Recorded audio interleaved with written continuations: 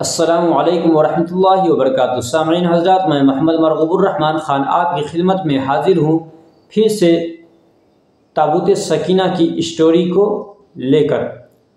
آج کا جو اسٹوری ہے تابوت سکینہ کا وہ فائنل پارٹ ہے، یعنی پارٹ 3 ہے، اور میں امید کرتا ہوں کہ آپ ہیکل سلیمانی اور تابوت سکینہ کے بارے میں بہت کچھ جان بھی گئے ہوں گے، اور یہ جان گئے ہوں گے کہ تابوت سکینہ کا مطلب کیا ہوتا ہے، کیسا دکھتا ہے، اور کس چیز کا تھا اور کتنا بڑا تھا، اور پہلے کہاں تھا۔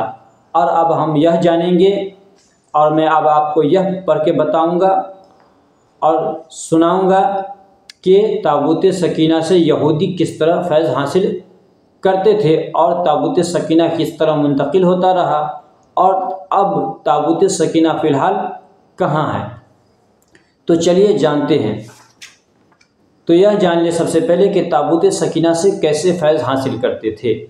بنی اسرائیل اس صندوق کو اپنے آگے رکھ کر اس میں رکھی پاکیزہ چیزوں کو وسیلہ بنا کر دعا مانگتے، اور ان کی دعائیں مقبول ہو جاتی، اور آنے والی مصیبتیں اور بلائیں ٹل جایا کرتی تھی۔ تابوت سکینہ حضرت موسیٰ علیہ السلام تک کیسے پہنچا، یہ تو آپ نے جان لیا۔ اب حضرت موسیٰ علیہ السلام کے بعد تابوت سکینہ کا کیا ہوا، یہ جانیں۔ تو حضرت موسیٰ علیہ السلام کے بعد بنی اسرائیل جو قوم تھی وہ 72 فرقوں میں بٹ گئی، اور قوم طرح طرح کی گناہوں میں مبتلا یعنی ملوث ہو گئی۔ تب اللہ رب العزت کا بنی اسرائیل پر عذاب نازل ہوا کہ ان لوگوں پر بنی عمالقہ نامی ایک کافر قوم نے حملہ کر دیا۔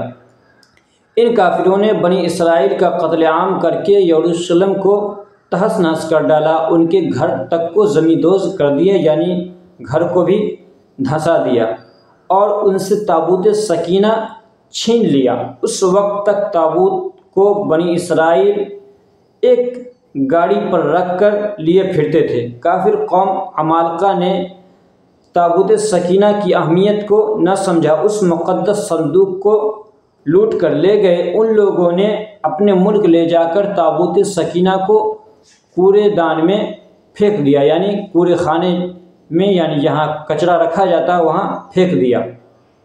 تابوت سکینہ کی بے ادبی کرنے پر اللہ رب العزت نے قوم عمالقہ کے ملک میں طرح طرح کی بیماریاں بھیج دی۔ وہاں کے لوگ بڑی بڑی بیماریوں میں ملوث ہو گئے، اور جہاں دیکھو وہاں چوہا ہی چوہا نظر آنے لگا، جس سے وہاں پلیگ یعنی طاعون پھیل گیا۔ قریب 5 بستیاں اس بیماری سے جو ہے وہ صاف ہو گئی۔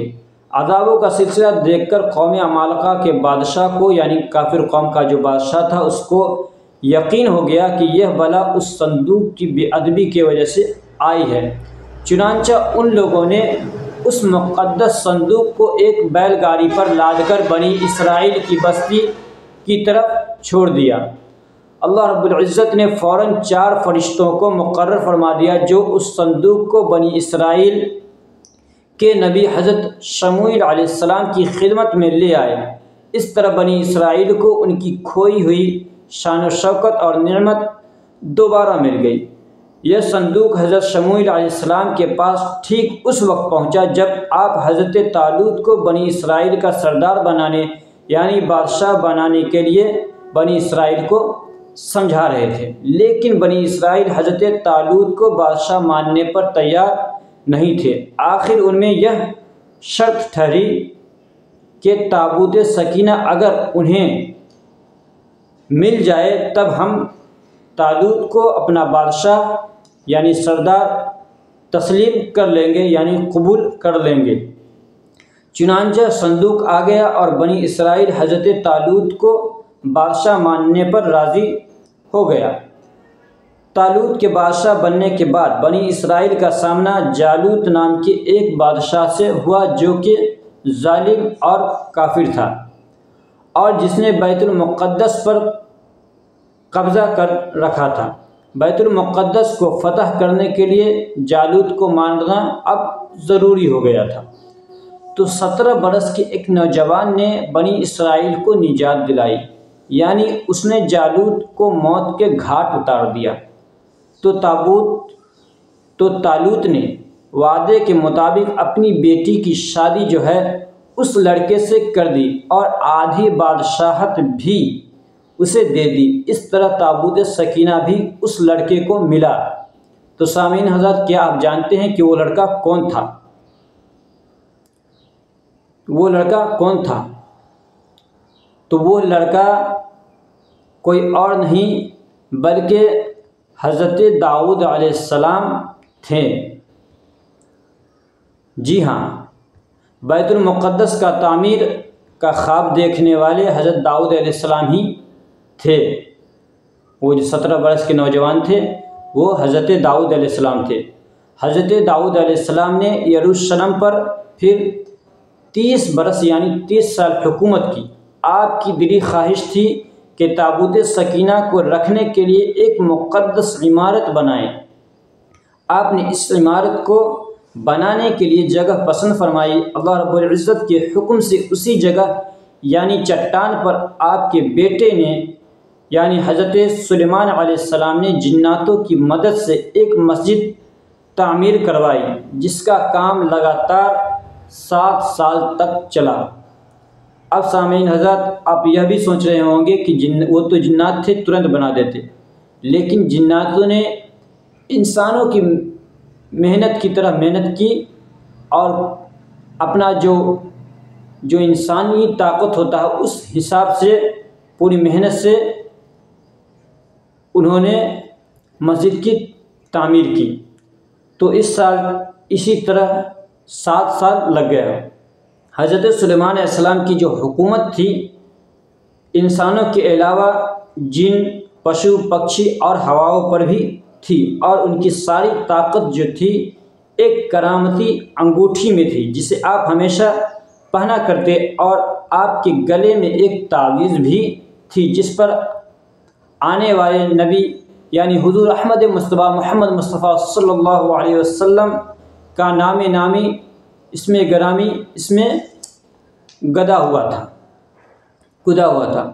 آپ کی یہ کرامتی انگوٹھی بھی تابوت میں رکھ دی گئی۔ اسی مسجد میں ایک خاص اور مقدس جگہ پر تابوت سکینہ کو رکھا گیا، جس کی طرف منہ کر کے یہودی عبادت کرنے لگے۔ یہ مسجد بعد میں ہیکل سلیمانی سے مشہور ہو گئی۔ اس کے آس پاس بہت پیغمبر علیہ السلام کے مزار اور پیدائشی مقام بھی ہے۔ حضرت آدم علیہ السلام سے لے کر حضرت عیسیٰ علیہ السلام تک تمام نبیوں نے رسول پاک حضور احمد مصطفیٰ محمد مصطفیٰ صلی اللہ علیہ وسلم کی امامت میں نماز بھی ادا کی ہے اس مسجد میں۔ یہ تابوت جس مقدس چٹان پہ رکھا تھا وہاں آج گنبد صخرہ یعنی ڈوم آف راک ہے، جس کی طرف منہ کر کے شروعاتی 17 مہینے پیارے نبی حضور احمد مصطفیٰ محمد مصطفیٰ صلی اللہ علیہ وسلم نے نماز پڑھائی اور یہیں سے معراج کی۔ یہ ہمارا جو ہے قبلہ اول ہے۔ اسی مقدس چٹان کے نیچے بطور نشانی مسجد آج بھی بنی ہوئی ہے۔ اسی چٹان پہ حضرت سلیمان علیہ السلام بھی عبادت کیا کرتے تھے۔ یہاں پر پیارے نبی صلی اللہ علیہ وسلم نے نماز پڑھی۔ یہیں پر مریم بنت عمران نے عبادت کی، جہاں ان کے لیے کھانا آسمان سے آتا تھا، لہذا اس وجہ سے یہ جگہ عیسائیوں کے لیے بھی مقدس یعنی خاص ہو گئی۔ حضرت سلیمان علیہ السلام کے بعد ان کے بیٹوں میں یروشلم بٹ گیا اور بنی اسرائیل میں نااتفاقی بڑھنے لگی۔ بنی اسرائیل ایک اللہ کو چھوڑ کر ہیکل سلیمانی میں پوجا کرنے لگے۔ نتیجتاً یہ ہوا کہ دوبارہ بنی اسرائیل پر خدا کا قہر یعنی عذاب نازل ہوا۔ حضرت عیسیٰ علیہ السلام سے قبل 600 سال بابل کے بادشاہ بخت نصر نے یروشلم اور ہیکل سلیمانی کو زمین میں ملا دیا یعنی زمین دوز کر دیا۔ کچھ سال بعد حضرت عزیر علیہ السلام کے بعد اس کی تعمیر حضرت ذوالقرنین علیہ السلام نے کروائی۔ پھر ٹائٹس رومنو نے اسے تیسری بار زمین دوز کر دیا اور ہیکل سلیمانی کے خزانے اور تابوت سکینہ کو لوٹ لیا۔ اس کے بعد تابوت سکینہ کا آج تک پتہ نہیں چلا۔ تو اب آپ یہ جانیں کہ اب کہاں ہے یہ تابوت سکینہ۔ تو فی الحال تابوت سکینہ غائب ہے یا لوگوں کی نظروں سے اوجھل ہے۔ جب قیامت قریب ہوگی تب تابوت سکینہ کو حضرت امام مہدی علیہ السلام اسے ڈھونڈ لیں گے، اور اس میں موسیٰ علیہ السلام کی عصا یعنی لاٹھی اور حضرت سلیمان علیہ السلام کی انگوٹھی سے کافر اور مومن کی پہچان کر کے ہر مومن اور کافر کی پیشانی پر نشان لگائیں گے، جس سے کافر اور مومن کا جو فرق ہے وہ واضح ہو جائے گا۔ مومن کی پیشانی پر ھذا مؤمن حق اور کافر کی پیشانی پر ھذا کافر چھپ جائے گا اس انگوٹھی سے۔ بحوالہ ارشادۃ الطالبین صفحہ 400 قیامت نامہ۔ تو سامعین حضرات، میں امید کرتا ہوں کہ آپ کو ساری جانکاری ہیکل سلیمانی اور تابوت سکینہ کے جو اوپر ہے، جو اسلامک ہسٹری ہے، وہ ساری جانکاری آپ کو ان دونوں چیزوں کے بارے میں مل گئی ہوگی۔ تو سامعین حضرات، ہمارا یہ کام جو ہے یہ تو نہیں رہتا ہے یوٹیوب پہ، جو اہم مسئلے اور حالت حاضرہ پر جو مسئلے ہیں میں وہ بیان کرتا ہوں، لیکن چونکہ وقت کے ساتھ حالات کے ساتھ یہ بھی بہت زیادہ ضروری تھا کہ سب کو اس چیز کے بارے میں جانکاری مل سکے، تو میں نے آپ کے لیے یہ ویڈیو بنائی اور آپ کی تک جانکاری پہنچانے کی کوشش کی۔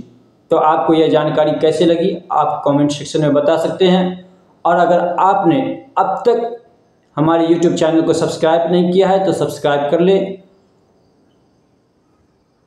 اور حالات حاضرہ پر جو اہم مسائل ہیں ان کے بارے میں جاننے کے لیے ہمارے یوٹیوب پر آپ ضرور آیا کریں، لائک کریں نہ کریں، آپ جانکاری ضرور لے کر جائیں، اور کامنٹ ضرور کیا کریں، اچھی لگے اس پہ بھی کامنٹ کیا کریں، جو کمی ہو اس پہ بھی کامنٹ کیا کریں، تاکہ ہماری حوصلہ افزائی ہو اور میں آپ کے لیے اسی طرح ہمیشہ ویڈیو بنا کر لاتا رہوں، اور ایجوکیشن آف اسلام آگے کی طرف تیزی سے بڑھے۔ تب تک کے لیے فقط السلام علیکم ورحمۃ اللہ وبرکاتہ۔